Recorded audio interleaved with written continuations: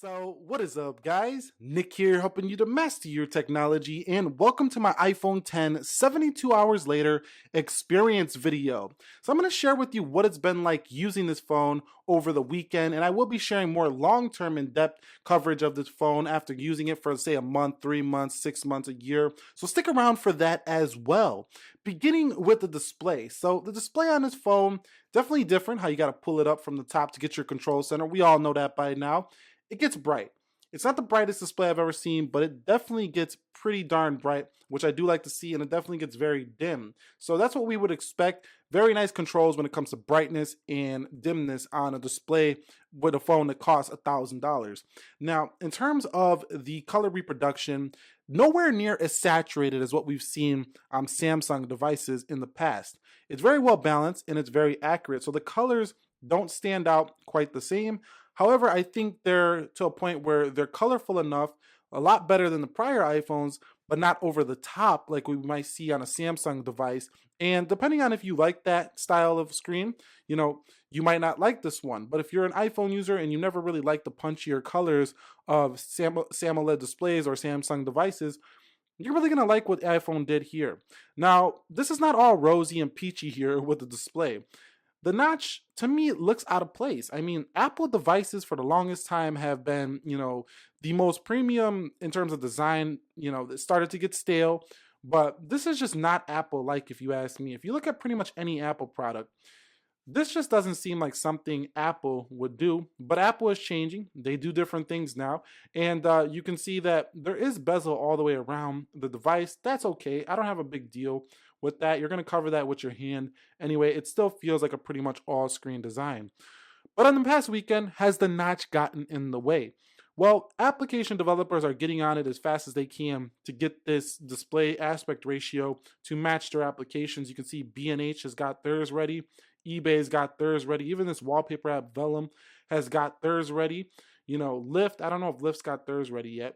Yes, Lyft's got theirs ready. So you can see a lot of the bigger applications and all the Apple applications are pretty much stretched to fit this.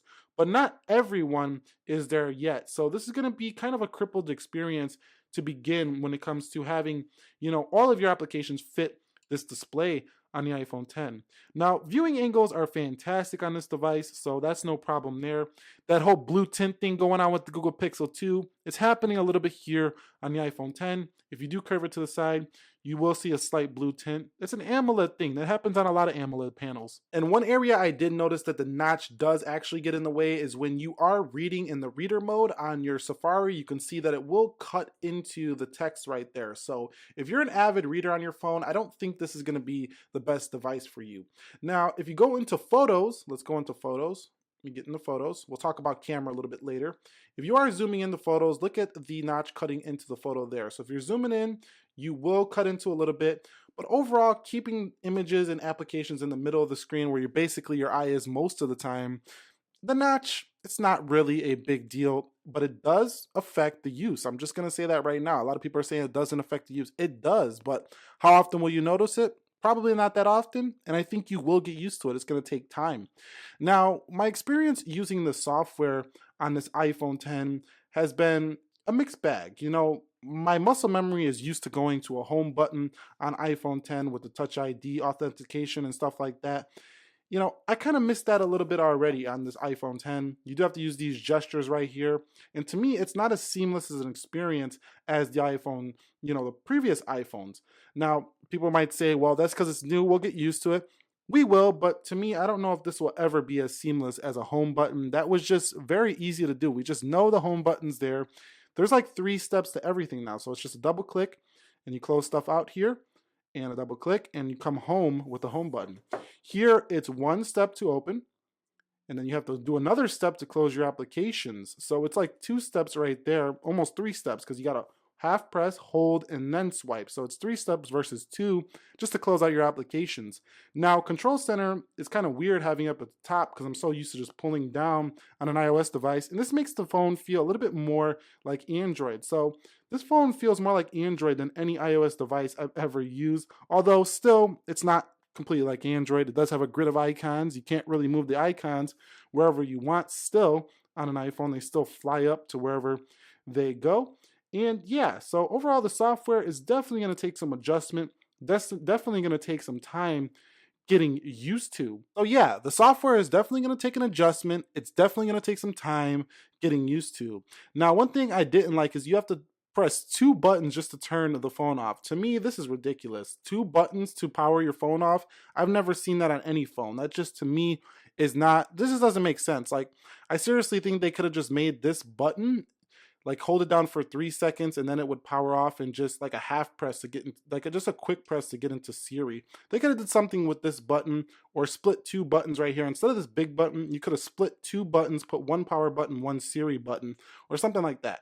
We didn't have to have, two buttons to power off the phone. But hey, Apple's trying to eliminate all of their buttons as much as they can. So, that's probably why this is happening right here. So let me go ahead and unlock this phone, and you can see, what about the Face ID? You might be asking, how well has the Face ID have been working? And it's pretty accurate. It works a lot better than what I've seen with the Face Unlock on Samsung devices earlier this year.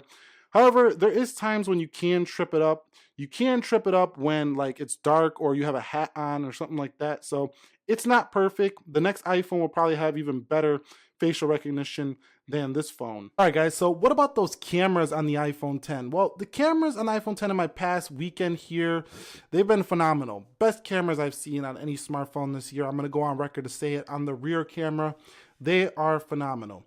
And they slightly edge out the Note 8, not by much, but very slightly, because they have more of a natural looking feel, and that's what we're looking for when we're looking to make videos and stuff like that. It's a little bit smoother than the Note 8 on the video side of things, but the Note 8 is definitely close to this phone. It's not a comparison video. That's coming soon to the channel.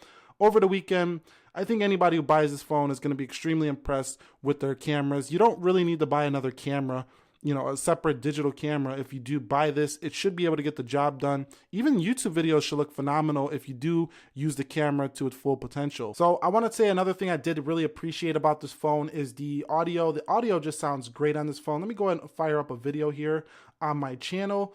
Let's go ahead and fire up the iPhone, let's see, Galaxy S8 versus iPhone 10. Got a little ad pop up. Let me go ahead and skip this ad out. But they have a really crispy, let's go ahead. Beautiful picture here, whereas the Galaxy S8 is going to try to punch up saturation. They just sound good. I mean, they got a really crisp sound to them. They don't sound tinny, nothing like that. So the speakerphone is great on this device right here. And durability has felt really strong on this phone. I feel like it's really well done when it comes to that. I still want a case on this phone. I still recommend a case on this phone. Battery life has been less than impressive. I've seen better battery life on an iPhone, but we're gonna have to test this a little bit further. And my past weekend though is getting me through the day, but it's not getting me much more than that. So this is not a battery warrior here on the iPhone 10, but it's definitely a battery champ, meaning that it will get you through the day here for iPhone 10. I haven't tried out the Apple Pay yet because I don't really want to use Face Unlock to use Apple Pay. I don't know. I really don't even use Apple Pay that much, to be honest. I use Samsung Pay. It works in more places. But overall, what is my take on this phone? Is it worth the money? Honestly, I think this phone is a little overpriced. I think $1,000 is a little high of an asking price for what you're getting here with the iPhone 10. I think $900, $950 would have been acceptable. Maybe $1,000 for the 256 gig. But to start a 64 gigabyte iPhone at $1,000, I think that's a little bit overpriced, considering that, Samsung devices are basically the same thing with Android operating system, and you're paying way less money for them. So my 72 hours later with this phone, it's fantastic. It's marvelous. It's a really great first attempt at an all-screen phone with AMOLED for iPhone, and it's going to be a very good phone for a long time to come. This will last you a long time. It's going to be very reliable, but if you got an iPhone 7 Plus, you got an iPhone 7, 8, 8 Plus, I think you should wait one more year on this phone. That's my initial impressions. That might change. I think you should wait one more year and see what next year does, because you might have the option to get a Plus model iPhone 10 or 11 or whatever they're going to call it. But I'll be updating you with more videos, so stick around for that. If you found this video helpful, enjoyable, and informing, entertaining, do me a favor, click the like button for me, and also share any suggestions, video suggestions you want down below. Check out the nickackermanchannel.com, a new website. I got the blog over there. We can go ahead and read. I'm going to be adding some more blog updates over there as well. Nick here, helping you to master your technology. Be sure to be well. I'll catch you all in the next one, and peace.